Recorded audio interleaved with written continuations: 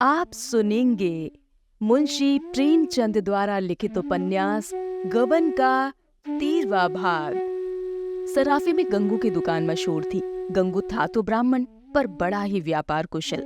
उसकी दुकान पर नित्य ग्राहकों का मेला लगा रहता था। उसकी कर्मनिष्ठा ग्राहकों में विश्वास पैदा करती थी और दुकानों पर ठगे जाने का भय था। यहाँ किसी तरह का धोखा ना था। गंगू ने रमा को देखते ही मुस्कुराकर कहा, आइए बाबूजी, ऊपर आइए। बड़ी दया की। मुनीम जी, आपके वास्ते पान मंगवाओ। क्या हुक्म है बाबूजी? आप तो जैसे मुझसे नाराज हैं, कभी आते ही नहीं। गरीबों पर भी कभी कभी दया किया कीजिए। गंगू की शिष्टता ने रमा की हिम्मत खोल दी। अगर उसने इतने आग्रह से ना बुलाया होता तो शायद रमा को दुकान पर जाने का साहस ना होता। अपनी साख का उसे अभी तक अनुभव ना हुआ था। दुकान पर जाकर बोला, यहाँ हम जैसे मजदूरों का कहाँ गुजर है महाराज। गांठ में कुछ हो भी तो। गंगू, ये आप क्या कह रहे हैं सरकार? आपकी दुकान है, जो चीज चाहिए ले जाइए, दाम आगे पीछे मिलते रहेंगे। हम लोग आदमी पहचानते हैं बाबू साहब, ऐसी बात नहीं है। धन्यवाद कि आप हमारी दुकान पर आए। तो दिखाऊं कोई जड़ाऊ चीज, कोई कंगन, कोई हार। अभी हाल ही में दिल्ली से माल आया है। कोई हल्के दामों का हार दिखाइए। यही कोई 700-800 तक? हाँ जी नहीं, हद 400 तक। मैं आपको दोनों दिखाई देता हूँ, जो पसंद आवे ले लीजिएगा। हमारे यहाँ किसी तरह का दफल गसल नहीं बाबू साहब, इसकी आप जरा भी चिंता ना करें।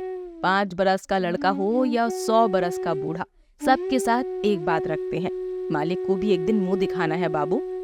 संदूक सामने आया। गंगू ने हार निकाल निकाल कर दिखाने शुरू किए। रमा की आंखें खुल गई, जी लोटपोट हो गया। क्या सगाई थी! नगीनों की कितनी सुंदर सजावट, कैसी आबताब! उनकी चमक दीपक को मात करती थी। रमा ने सोच रखा था 100 रुपए से ज्यादा उधार न लगाऊंगा, लेकिन 400 वाला हार आंखों में ऐसा कुछ जचता ना था और जेब में 300 रुपए थे। सोचा अगर ये हार ले गया और जलपा ने नापसंद किया तो फायदा ही क्या। ऐसी चीज ले जाऊं कि वो देखते ही बड़ा कुठे। ये जड़ाऊ हार उसकी गर्दन में कितनी शोभा देगा। वो हार एक सहस्त्र मणि रंजित नजरों से उसके मन को खींचने लगा।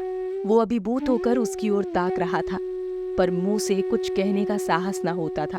कहीं गंगू ने 300 रुपए उधार लगाने से इनकार कर दिया तो उसे कितना लज्जित होना पड़ेगा।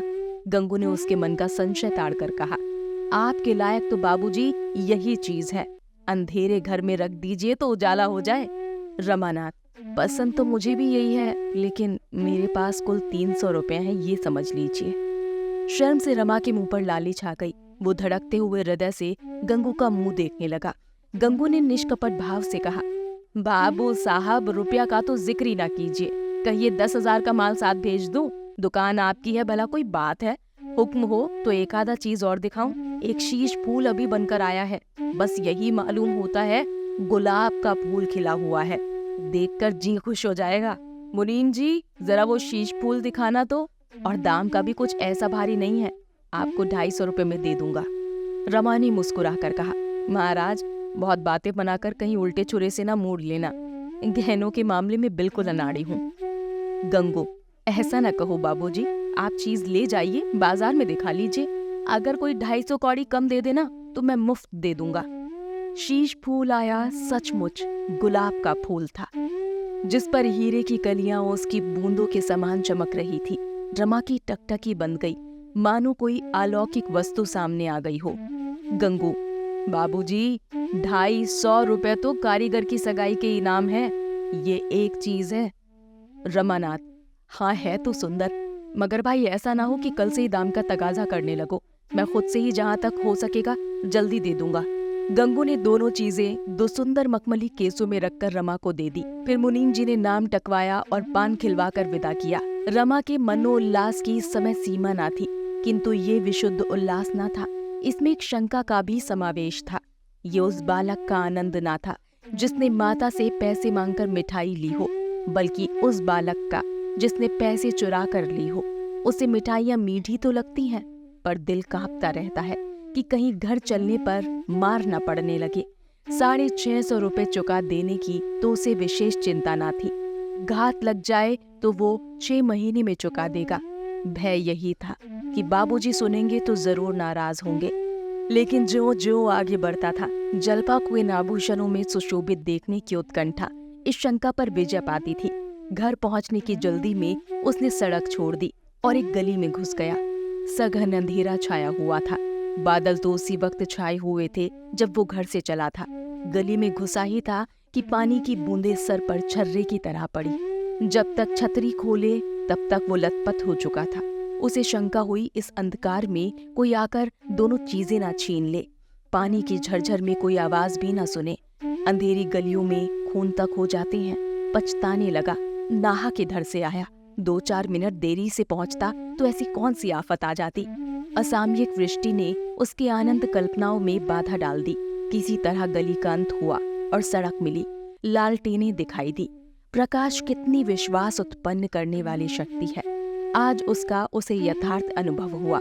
वो घर पहुंचा तो दयानाथ बैठे हुक्का पी रहे थे। वो उस कमरे में ना गया। उनकी आंखें बचाकर अंदर जाना चाहता था कि उन्होंने टोका, इस वक्त कहाँ गए थे? रमा ने उन्हें कुछ जवाब न दिया। कहीं वो अखबार सुनाने लगे तो घंटों की खबर लेंगे। सीधा अंदर जा पहुंचा। जल्पा द्वार पर खड़ी उसकी राह देख रही थी। तुरंत उसके हाथ से छतरी ले ली और बोली, तुम तो बिल्कुल भीग गए, कहीं ठहर क्यों नहीं गए? रमानाथ, पानी का क्या ठिकाना, रात भर बरसता रहे। ये कहता हुआ रमा ऊपर चला गया। उसने समझा था जल्पा भी पीछे पीछे आती होगी, पर वो नीचे बैठी अपने देवरों से बातें कर रही थी। मानो उसे गहनों की याद ही नहीं है, जैसी वो बिल्कुल भूल गई है कि रमा सर्राफे से आया है। रमा ने कपड़े बदले और मन में झुंझलाता हुआ नीचे चला आया। उसी समय दयानाथ भोजन करने आ गए। सब लोग भोजन करने बैठ गए। जल्पा ने जब्त तो किया था, पर इस उत्कंठा की दशा में आज उससे कुछ खाया ना गया। जब वो ऊपर पहुंची तो रमा चारपाई पर लेटा हुआ था। उसे देखते ही कौतुक से बोला, आज सर्राफे का जाना तो व्यर्थ ही गया। हार कहीं तैयार ही ना था, बनाने को कह आया हूँ। जल्पा के उत्साह से चमकती हुई मुख छवि मलिन पड़ गई। बोली, वो तो पहले ही जानती थी, बनते बनते 5-6 महीने तो लग ही जाएंगे। रमानाथ, नहीं जी, बहुत जल्द बना देगा, कसम खा रहा था।